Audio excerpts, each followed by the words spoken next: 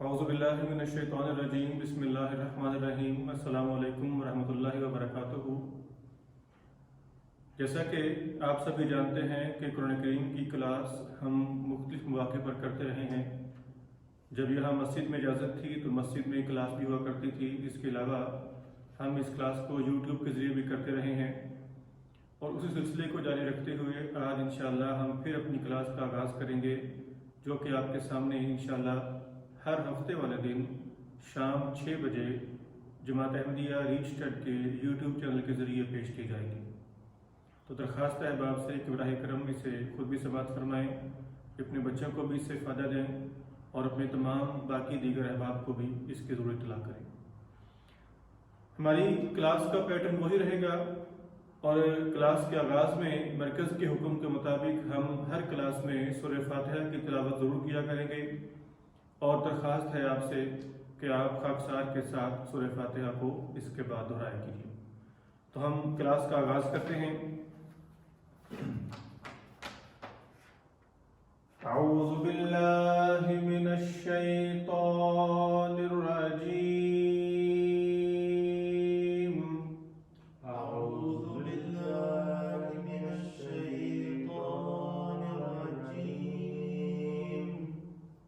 بسم اللہ الرحمن الرحیم۔ بسم اللہ الرحمن الرحیم۔ الحمد للہ رب العالمین۔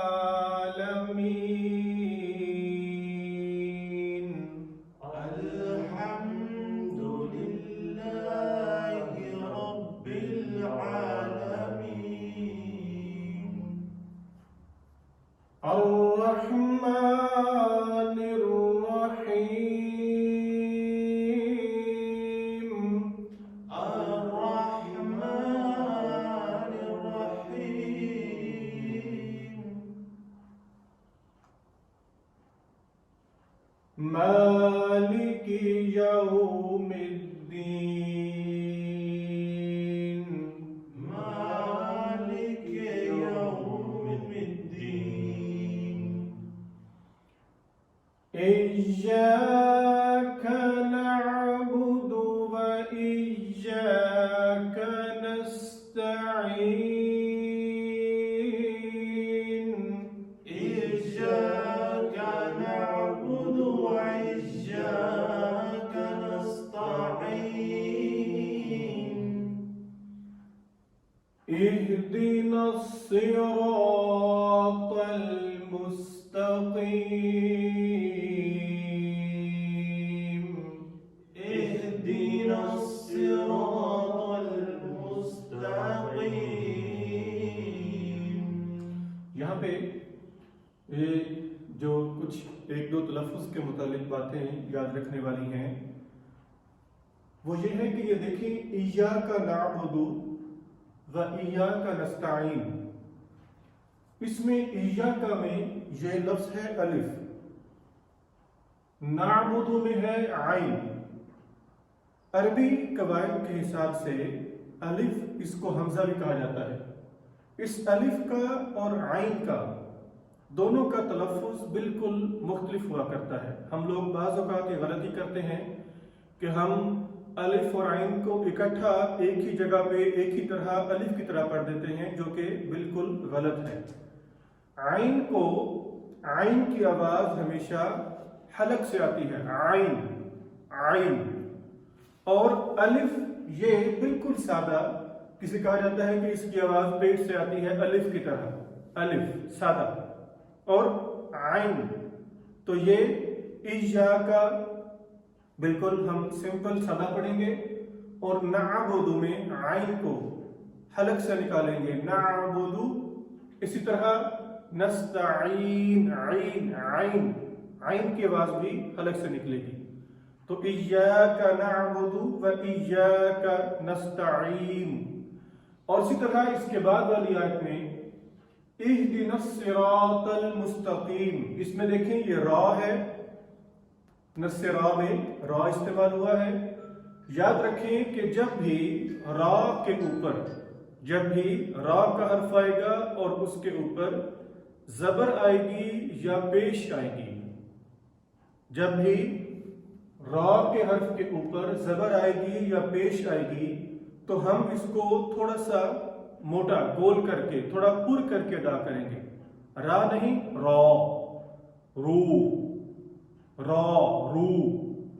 جب بھی را کے حرف کے اوپر زبر یا پیش آئے گی تو اس کو تھوڑا سا موٹا گول کر کے تھوڑا پر کر کے ادا کیا جائے گا، اور جب اس کے نیچے زیر آئے گی تو پھر ہم اس کو بالکل سادہ ادا کرنے کی کوشش کریں گے۔ تو را کا لفظ عام طور پہ تھوڑا سا زیادہ پر ہو کے ادا ہوتا ہے۔ اسی طرح اس کے بعد یہ آ گیا تو، یہ تو اور یہ نستعین میں تے، اس کو تا کہتے ہیں۔ ان دونوں کے تلفظ میں بھی فرق ہے۔ فرق یہ ہے، یہ تے نستعین والے تے ہے، یہ بالکل سادی تے تا، اور یہ تو جس کو توئے کہتے ہیں ہم اپنی عام زبان میں، اس کو ذرا گول کر کے تو پڑھا جاتا ہے۔ یہ ہے تا تو، تا تو۔ نستعین، نستعین، یہ ہے صراط، صرا، را بھی گول، تو یہ بھی تھوڑا سا گول کر کے ادا کیا جائے گا را کی طرح۔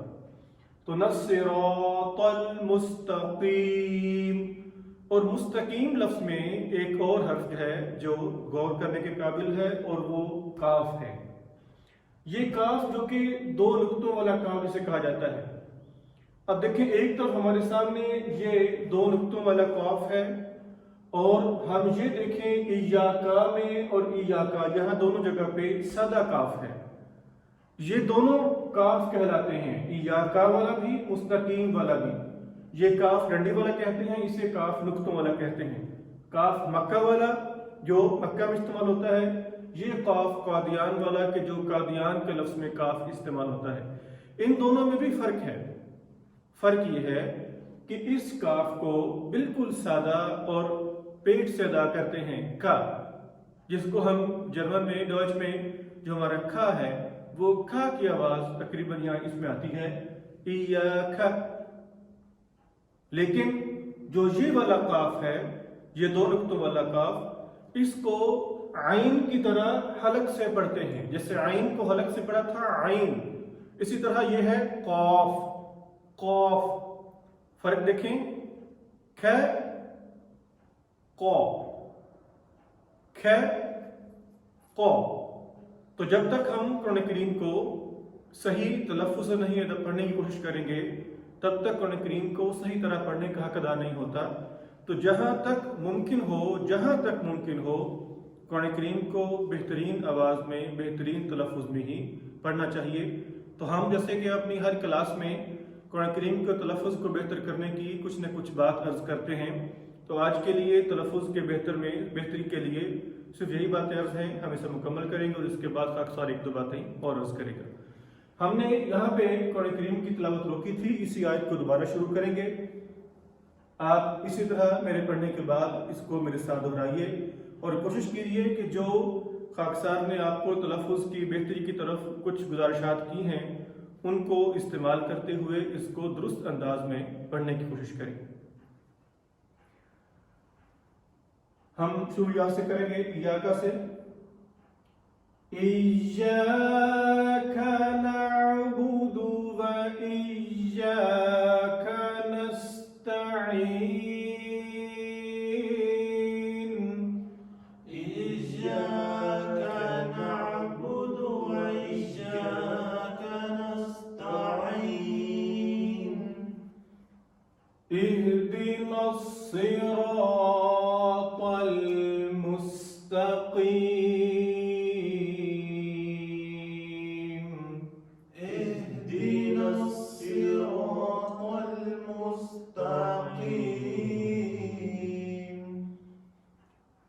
صراط الذين أنعمت عليهم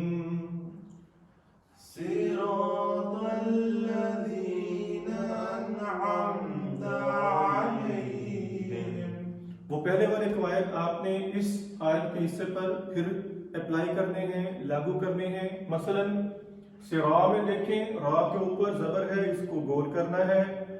تو کا لفظ آ گیا، اس کو بھی گول کرنا ہے، را تو۔ ان میں عمت میں الف اور عین میں نے آپ کو فرق بتایا تھا، اس کو اسی طرح پڑھنا ہے، ان عمت، ان عمت۔ یہاں پر پھر عین کا استعمال ہے، اس کو بھی حلق سے پڑھنا ہے، علیہم، انعمت علیہم۔ پھر پڑھتے ہیں ہم، صراط الذین انعمت علیہم، صراط الذين أنعمت عليهم غیر المغضوب علیہم ولا الضالین۔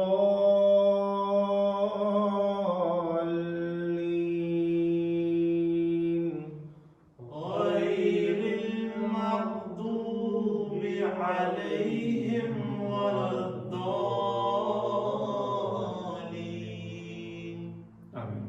اب یہاں پہ دیکھیے اس آیت کے اس حصے میں غیر میں را کے نیچے زیر ہے، اس لیے آپ نے یقیناً نوٹ کیا ہوگا کہ میں نے اس را کو موٹا نہیں پڑھا، پر نہیں کیا، را نہیں پڑھا، ری، غیرل، غیرل نہیں پڑھا، تو اس لیے اس کو سادہ پڑھنا ہے۔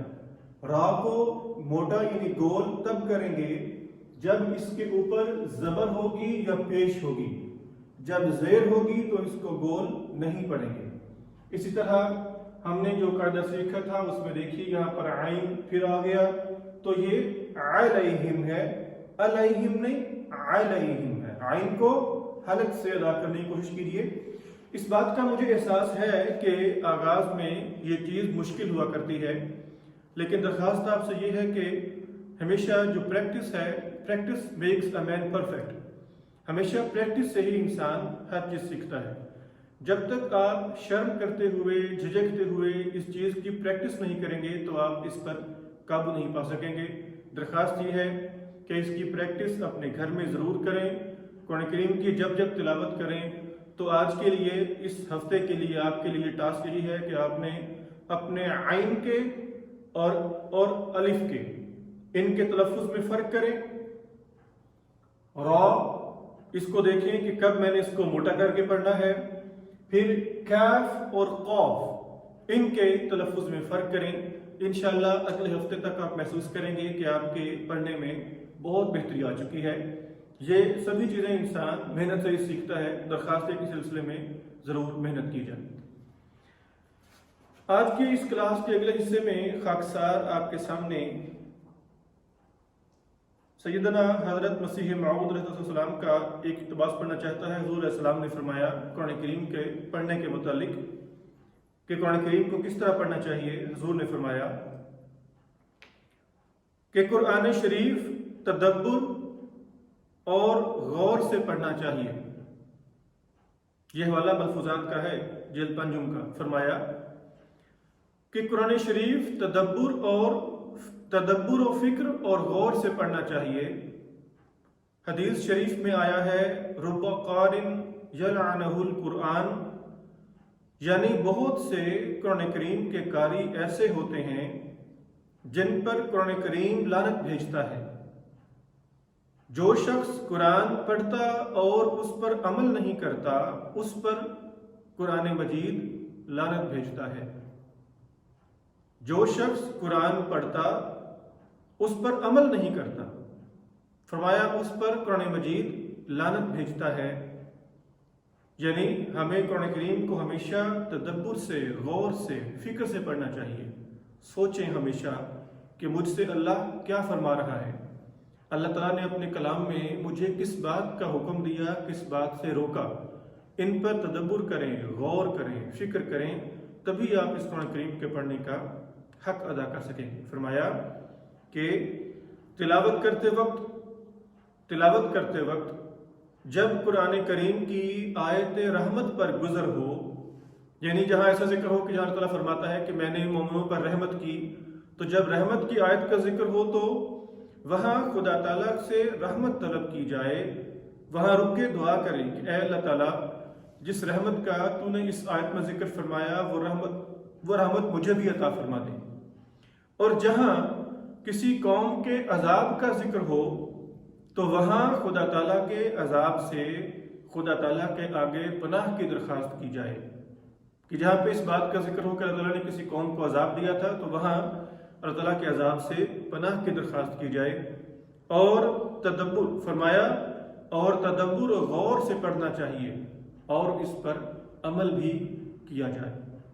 دعا ہے کہ اللہ تعالیٰ ہم سب کو قرآن کریم کو سمجھ کر پڑھنے کی اور اس پر پھر عمل کرنے کی توفیق عطا فرمائے۔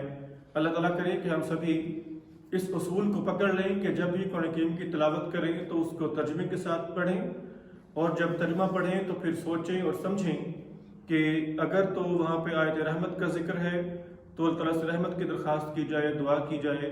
اگر وہاں پر کسی قوم کو عذاب دینے کا ذکر ہے، اللہ تعالیٰ کی ناراضگی کا ذکر ہے، تو وہاں رک کر اللہ تعالیٰ سے اس کی ناراضگی سے بچنے کی درخواست کی جائے۔ اللہ تعالیٰ ہم سب کا صحیح کرنے کی توفیق عطا فرمائے، آمین۔ باقی انشاءاللہ ہم اگلے ہفتے کلاس پھر کریں گے۔ السلام علیکم ورحمۃ اللہ وبرکاتہ۔